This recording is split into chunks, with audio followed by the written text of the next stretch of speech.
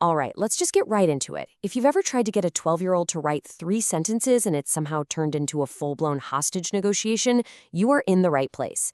Welcome to homeschooling a middle schooler, the phase where your once sweet child is now personally offended by, well, pretty much everything. So let's start by talking about the shared, painful, and, let's be honest, kind of hilarious reality of this whole situation.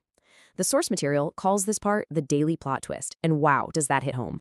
I mean, look at this. This timeline just perfectly captures how fast it all goes wrong. At minute 0, you've got your coffee, you're feeling hopeful, you're thinking today is the day. 15 minutes in, math is attempted.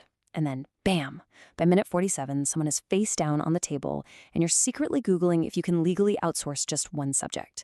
It's a spectacular collapse every single time. Yeah.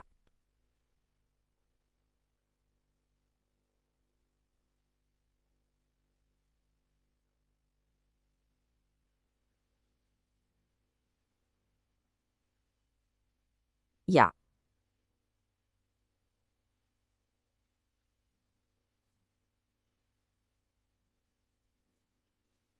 Let's all just take a collective breath and let that one sink in. If you feel exhausted or frustrated or like you're completely failing at this, you're not. This is just the baseline. This is what it is. It is definitely not for the faint of heart. And this right here, this is the core of the problem, isn't it? They want to be treated like an adult, but they also need you within a 3-foot radius at all times, or they panic. They'll sigh and say, I already know this. And then 2 seconds later ask, wait, so what am I supposed to do? You're not managing a student anymore. You're managing a tiny hormonal CEO who wants full control but has no idea how the business actually runs. Okay, so let's get into the why, because this is where everything starts to make sense. We're about to uncover the real reason for all this chaos. And spoiler alert, it's not what you think it is. Seriously, what is happening? Is it just pure laziness? A sudden terminal case of I don't wanna? Is this some kind of elaborate plot to ruin your entire day? Well, the sources are really clear on this. Nope, it's none of the above.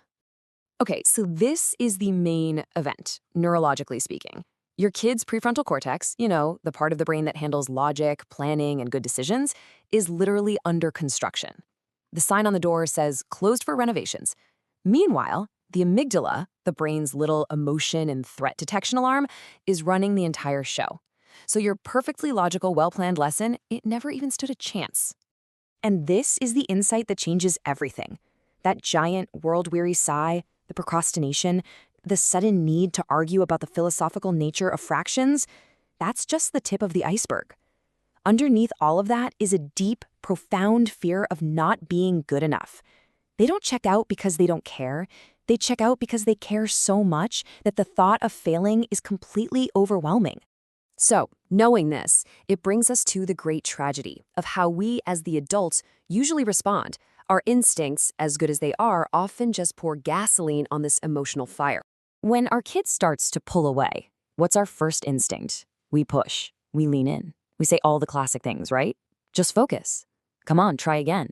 You're not even trying. We think we're being motivational coaches, but to their brain, which is already on high alert, it doesn't feel like motivation. It feels like an attack. And this is just the most perfect metaphor for what is happening. You are pushing with everything you've got against a door that is clearly marked pull. The harder you push, the more it jams. You're just triggering that shutdown response, which leads to frustration, tears, and, those ridiculous negotiations over one math problem. Pressure creates panic, and that door is staying shut. So, if pushing is a total dead end, what on earth are you supposed to do? Well, this is where we get clever. We're going to pivot from fighting their brain chemistry to actually working with it. Now, this is a really important distinction. The goal here is to release the pressure valve. You're not lowering your standards. You're not saying, this is too hard, let's just forget it. You're just recognizing that the current path is creating a neurological traffic jam, and you need to find a different route. You're lowering their emotional defenses, not the academic bar. So here's the trick. It is so simple, but it is so effective. You have to give them the illusion of control. See, middle schoolers don't want to be told what to do. That feels childish. They want to feel like they're involved, like they're capable, and like they're at least a little bit in charge of their own destiny. It feels like some kind of magic parenting hack, but it's really just applied biology. All right, so how do we actually do this? What does this sound like in the real world when you're in the middle of the meltdown? This next part is your practical, hands-on toolkit.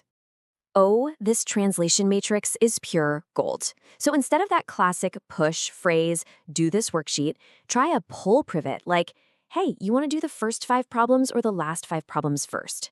You've just given them a choice, which forces their logic brain to turn back on.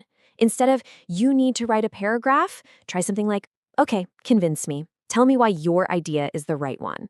You've just weaponized their natural instinct to argue for good. I must be real about what success looks like. This slide shows it perfectly. The new normal isn't some magical, conflict-free wonderland. Your kid is probably still gonna sigh, but the difference is they start anyway.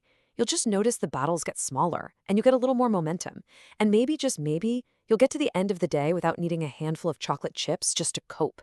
It's not perfection, but it is definitely progress. So let's end on this because it's so important. If you are struggling with this, it is not a personal failure. You are not a bad parent or teacher. You're just using an old operating system on brand new, highly unpredictable hardware. The problem isn't you or your kid, it's just a mismatch of strategies. And this whole idea kind of brings us to a much bigger question, doesn't it? This push versus pull thing. It doesn't just happen with our kids. Where in your work or in your relationships are you just applying more and more pressure when what's really needed is a totally different approach?